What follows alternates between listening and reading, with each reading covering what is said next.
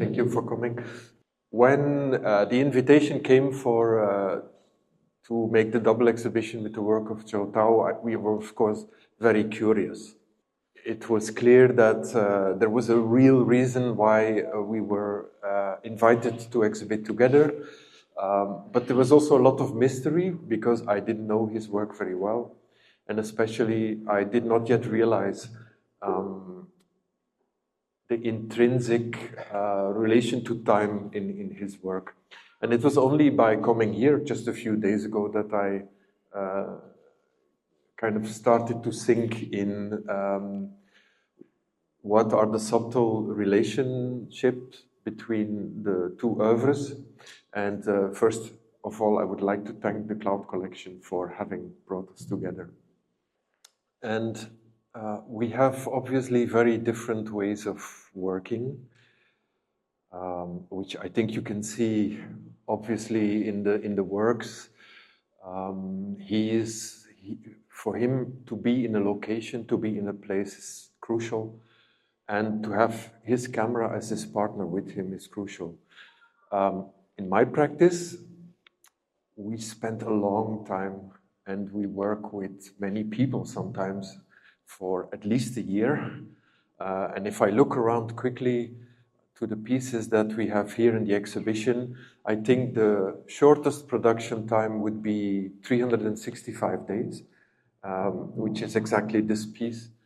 And other works we have spent sometimes 2 or 3 years. I think our record of production would be 16 years, if I remember it well. 16 years of thinking back and forward. Should we do this? How are we going to do it? Until we finished a production. And I think what we have in common is that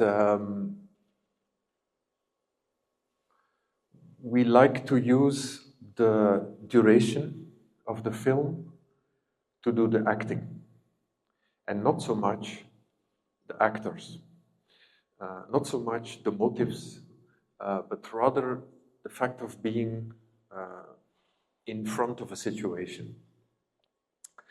And this is an approach towards film which is relatively recent.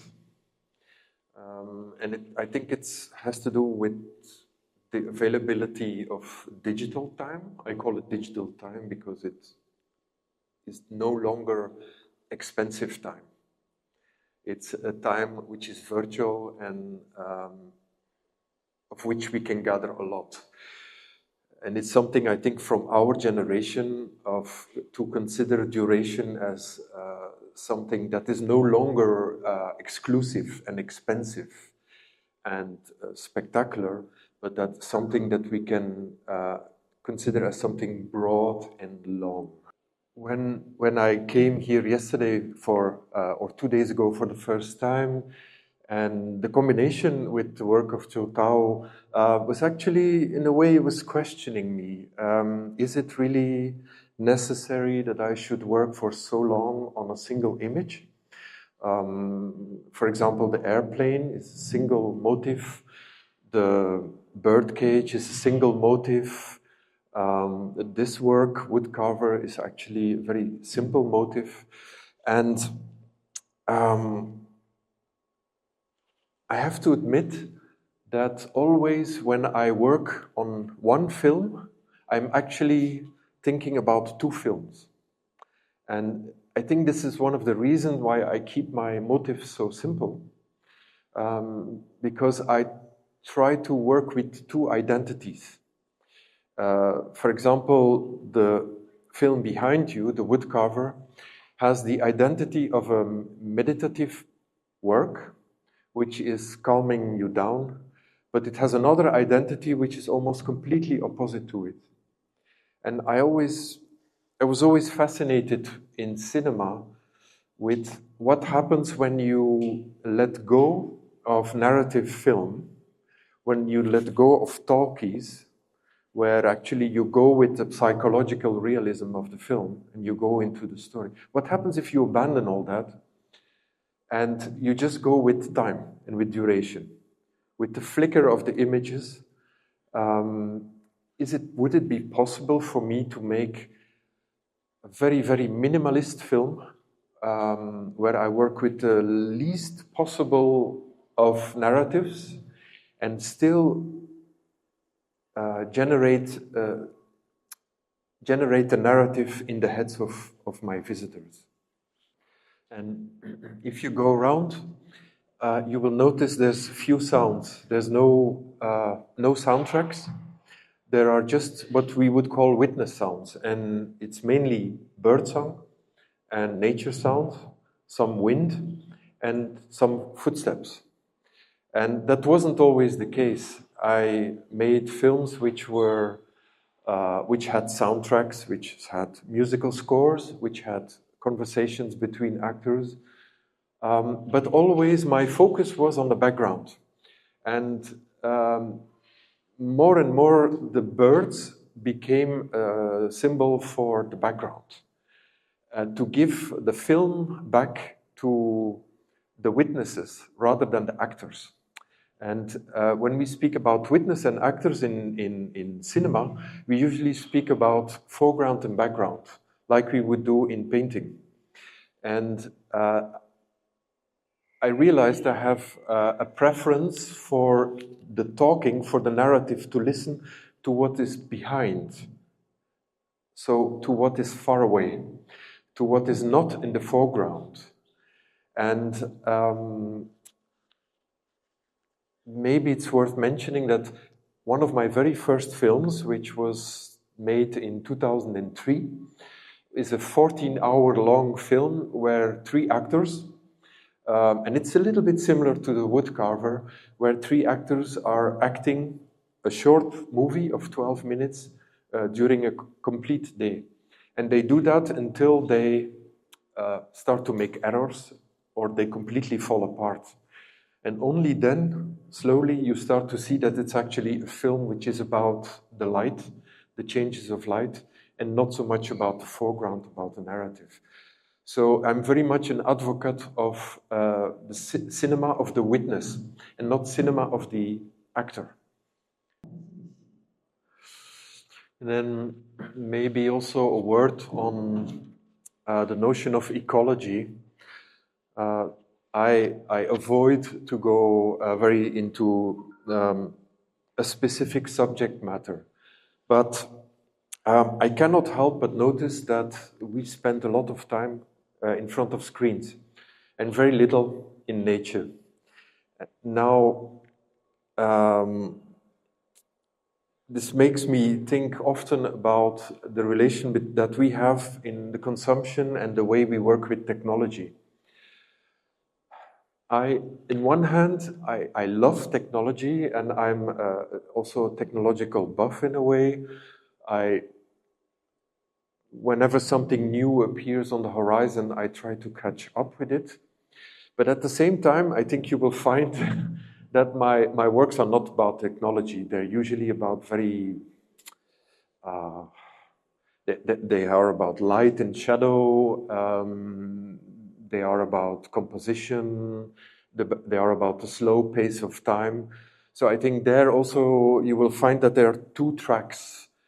And when it comes to understanding time, it's any cinematographer will be very aware that the moving image is a technological construction of, let's say, 25 frames per second.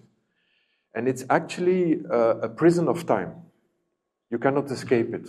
You have to stick with this rule, with this fixed number of frames per second. And in fact, it almost feels counterproductive. So why would artists want to work in the prison of time, which is film, in order to liberate it, in order to find alternatives for thinking about the flow of time, as Suzu so beautifully mentioned it in his text. So while we are not looking at the pieces, maybe I elaborate a little bit on the black and white film behind the wall, which is titled Aircraft Final Assembly Line. And as much of my films, it's based upon an image or an idea which I found somewhere in a library or on the internet. And it's a thing of nothing. So it's this search for motifs which have no particular message. I found a black and white image of exactly this aircraft, but it was originally a black matte aluminium, and I was fascinated with the space in which it was constructed or under construction, which was this, it doesn't exist anymore, but it's in Chicago, a big construction hall by the Douglas company for aircraft, which was built entirely out of wood.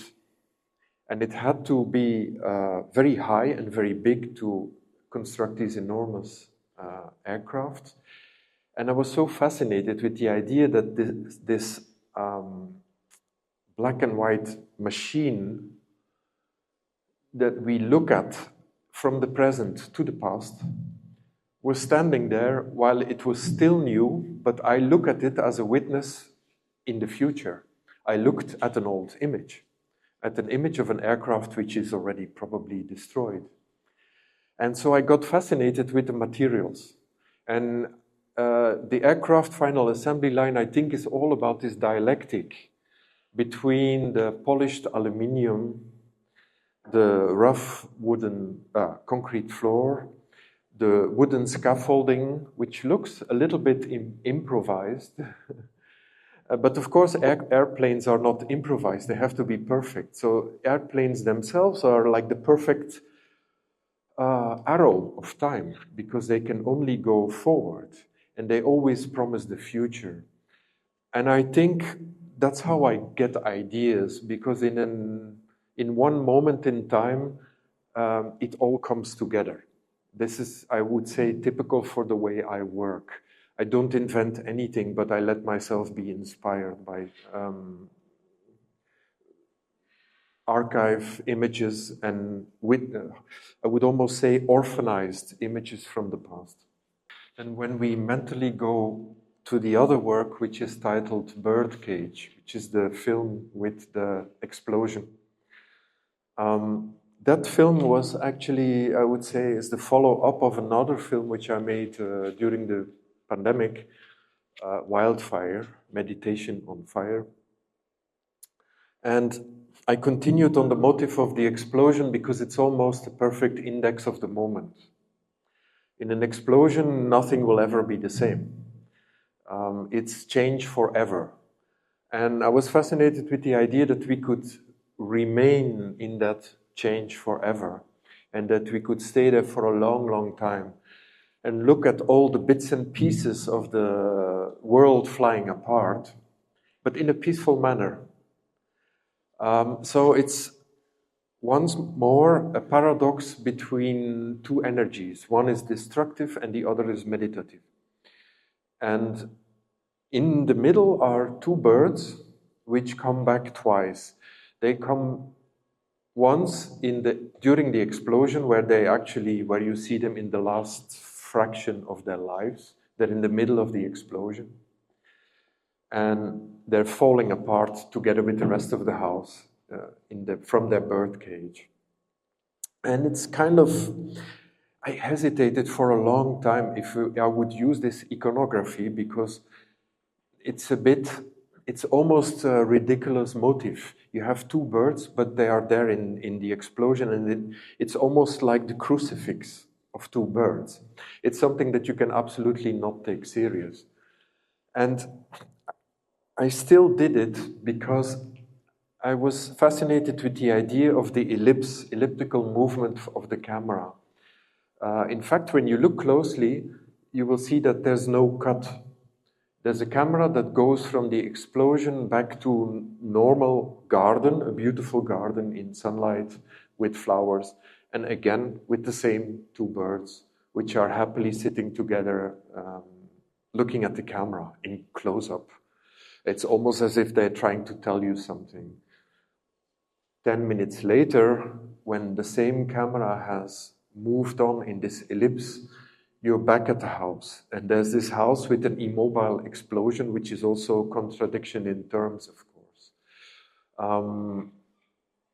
And I like to work in a single mental space, not to jump from one space to the other, but to take the viewer onto kind of minimalist travel in a situation. And then, so maybe I continue to the confetti piece, which is the piece just around the corner with the double screen. That was made between 2016 and 2018 and corresponds to a series of works which I've been making in the past 15 years, where I have dozens, if not hundreds, of photographs, but they're constructions, but they look like photographs, and they look like they're in coherent space, combined together in a digital slideshow. So it's a very conventional way of a défilé of images. But I think what's particular with that work is that it's about the absence of sound. While in the motif, in the film, there's a little boy screaming. And it's not so hard to imagine what he's screaming about, but there's no sound. So I was fascinated with the idea that the sound of the scream might be entirely internalized. Now, of course, again, there's something exaggerated about the scene. It's a little boy of a black family surrounded by people who are all white. And people were advising me against this motif. They said, oh, it's divisive. And you are hinting towards racial divide. And I say, yes, exactly. We need this kind of explicitness to try to come to something which is far more universal. And but in the end, my fascination was about the idea that if you spend time in front of the work, and here we are again with the aspect of time, you start to, I hope, internalize the idea of the scream. And it's as close as I can get to a painting and an action connected to it. And then maybe to conclude, behind us is the latest work that we've made. It's just finished for this exhibition. We call it The Woodcarver and the Forest. And the subtitle of it is A Ruthless Deforestation Machine Disguised as a Meditative Film. It again has two identities. Most of the spectators, I think, will identify with the relaxation part of the film, which is all about small sounds and images, getting you closer to physical reality. Oil, wood, knives, carving, all these little micro movements which are not part of big narratives. And we designed this work using ChatGPT. And ChatGPT is one big lying machine, as you know, and every now and then it tells you the truth. But we had I think I had in my mind a single line, and it is a young man who is retired from society into a forest, is actually carving wooden spoons. It all looks peaceful, but in fact, he's behaving like a serial killer of wooden pieces. And so he's accumulating an industry of spoons, while actually the image that we are seeing is about peacefulness, about a retreat into the forest. Actually, I should correct something. I said ChatGPT is a lying machine. I should actually say it's a confabulation machine. It will give you an answer, whatever you have asked or said to it, even if it actually has no clue of what the answer is. And we asked, so we wrote the storyboard using ChatGPT, and then from that language, we started to request images, illustrations of how this film could look like. And we used those illustrations to form a cinema team or cinematographic classical team. And we worked about a year to reproduce what artificial intelligence had suggested to us. And it came up with scenes like the big scene by the window. And I asked it to make a proposal of a person who's staring at nature, but actually he's staring at something artificial, as if he's looking at the screen. And if you look well in the images, you will see, and we just took it over, you will see that it's actually television screens vertically placed next to each other. And to continue on that line, we prompted an image of the garden in front of the house, and it had about 90 trees. So again, calculating using AI, it said it will take 13 years for this person to transform the trees into objects. And of those 13 years script, we chose 2 days. One about 1.5 years in the film, and then another one again 1.5 years later. And then we chose a third day at the very end of those 13 years, and we just produced that. And then in the very end, it's a little bit like artificial intelligence proposes something, and we produce it, and then later we give it back like an alien, and we say, do you recognize yourself? Do you recognize your product? And there is 5 to 7% of the imagery is actually completely fake. Is artificial intelligence picking up its own products and transforming it again. And the idea behind this work is that someone else, not me, not my studio, but someone else could easily complete those 13 years of destruction. But that was not my job. My job was to have images that have two identities at the same time, properly schizophrenic, both destructive and both very generative in one at the same time. So I think maybe I stop here and I thank you.